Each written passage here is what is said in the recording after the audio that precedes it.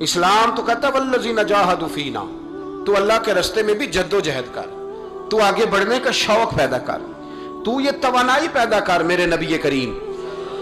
علیہ الصلوۃ والسلام نے اپنی امت کو مایوسی سے منع کیا، فرمایا رب سے دعا مانگو تو اس طرح نہ مانگا کرو، یہ مشکات میں حدیث ہے، فرمایا یوں نہ دعا مانگا کرو کہ یا اللہ دے چاہے نہ دے، فرمایا رب سے مانگو تو پورے شوق سے مانگو، عرض کرو یا اللہ دے تو ہی ہمیں عطا فرمائے گا، مالک عطا فرماؤ، فرمایا ذوق سے مانگو، جذبے سے مانگو۔ ہمارے ہاں استاد دو قسم کے ہوتے ہیں، ایک ٹیچر کی ڈیوٹی ہے اسکول جانا،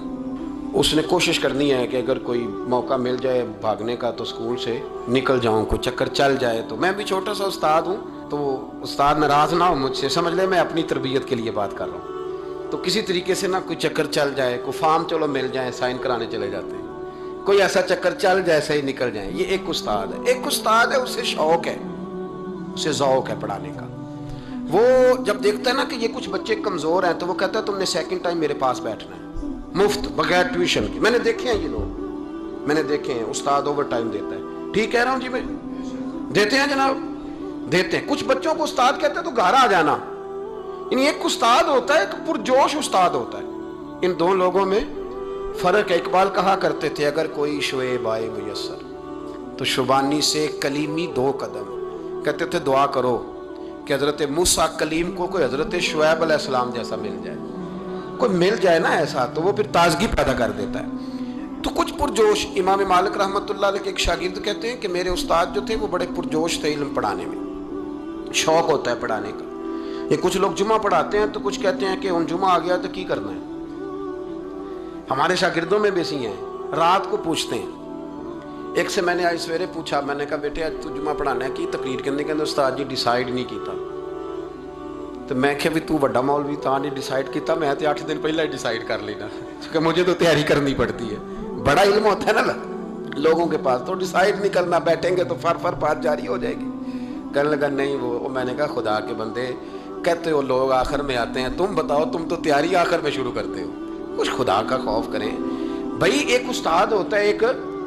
پرجوش۔ امام مالک کے شاگرد فرمانے لگے کہ ہمارے استاد پڑھانے میں بڑے باذوق تھے، ان کا جذبہ رہتا تھا پڑھانے کا، اور کتاب سے وابستہ رہتے، پڑھنا پڑھانا، مسائل دریافت کرنا، یہ شعبہ ہے نا جی ہمارا۔ جس طرح آپ جس شعبے سے وابستہ ہیں تو اگر آپ اس کو چھوڑ دیں گے نا، فزکس کا استاد بھی کہتا ہے کہ اگر رات کو میں خود پڑھوں گا نہیں تو سویرے پڑھا نہیں سکوں گا، تو اگر آپ وابستہ نہیں نہ رہتے اپنے شعبے کے ساتھ، نئی نئی چیزیں پیدا ہوتی ہیں، جدت آتی ہے، تو آپ کو جوش ہی نہیں ہے اس شعبے کا، تو پھر بات کیسے آگے بڑھے گی؟ تو کہتے ہیں امام مالک بڑے جب بیمار ہو گئے شدید، تو شاگرد کہتے ہیں میں تیمارداری کرنے گیا، تو میں نے جب دیکھا تو مجھے چہرہ دیکھ کے سمجھ آئی کہ امام مالک کا آخری وقت ہے، بڑے کمزور ہو گئے، اور معدے میں اور پیٹ میں اتنی تکلیف تھی کہ انہیں دودھ پلایا جا رہا تھا چمچ کے ساتھ، پیالے کے ساتھ، صرف دودھ پی سکتے تھے، کمزور ہو گئے۔ فرماتے ہیں میں جا کے بیٹھا،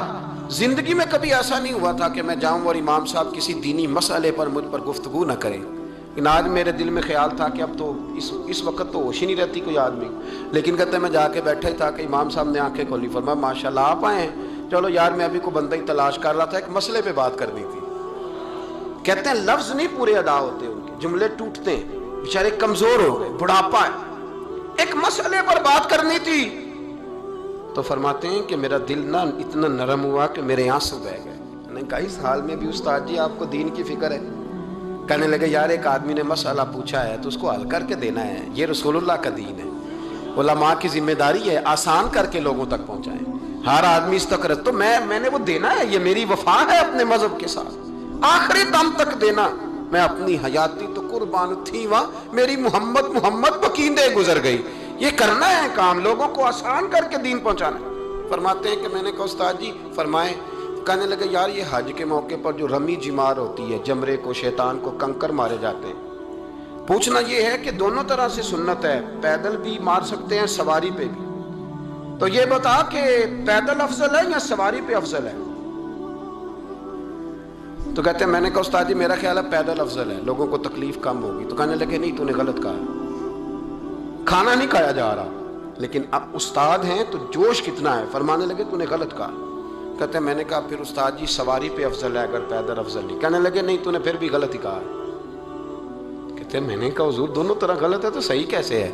فرمانے لگے بیٹے اگر اس بڑھاپے میں بھی میں مسئلہ بتانے میں تیزی نہیں کرتا، تحقیق کرتا ہوں، تو نے جوانی میں تیزی کرنی شروع کر دی ہے، سوچے ہی نہیں بات کو، فٹافٹ بیان کر دی کہ اگر یہ نہیں تو یہ حکمت والا ہے، اس کو سمجھنا پڑتا ہے، حکمت کے ساتھ پھیلتا ہے۔ کہتے میں نے کہا استاد جی حکم کریں، پھر آپ بتائیں کیسے افضل ہے۔ فرمانے لگے مستحب ہے، اچھا عمل ہے کہ ایک شیطان کو کنکر مار کے تو دعا مانگی جائے، اور اتنی دیر مانگی جائے جتنی دیر میں انسان 20 آیات قرآن پاک کی پڑھ لیتا ہے، اور یہ مستحب عمل ہے، یعنی کرے تو ثواب ہے، نہ کرے تو گناہ نہیں۔ مستحب ہے کہ دوسرے کو کنکر مار کے پھر دعا مانگی جائے، تیسرے کو کنکر مار کے کھڑے نہیں ہونا، دعا مانگتے مانگتے چلے جائیں۔ تو فرمانے لگے مسئلہ سن، جس نے چونکہ مستحب ہے مانگے چاہے نہ مانگے، تو جس نے تو کنکر مار کے دعا مانگنی ہے نا، اس کے لیے افضل یہ ہے کہ وہ پیدل کنکر مارے، اور جس کا ارادہ دعا مانگنے کا نہیں نا، اس کے لیے افضل یہ ہے کہ وہ سواری پہ بیٹھ کے کنکر مارے۔ تو دونوں جہتیں بدل جائیں گی۔ فرماتے ہیں اس بڑھاپے اور کمزوری میں نے امام مالک کی وہ فقاہت دیکھی، اور فرماتے ہیں جب فارغ ہو کے نا امام مالک سے میں باہر نکلا، سلام لے کے میں دروازے پہ پہنچا تھا، ابھی کمرے کے دروازے پہ امام صاحب نے بلند آواز سے کلمہ پڑھا اور ان کی روح پرواز کر گئی، بلند آواز سے کلمہ پڑھا، روح پرواز کر گئی۔ اتنا دین کا جذبہ، شوق، اتنا طبیعت کے اندر درد دین کے لیے کہ آخری وقت تک مسائل دین میں غوطہ زنی، کس طرح کر کے امت کو آسان دین پہنچایا جائے۔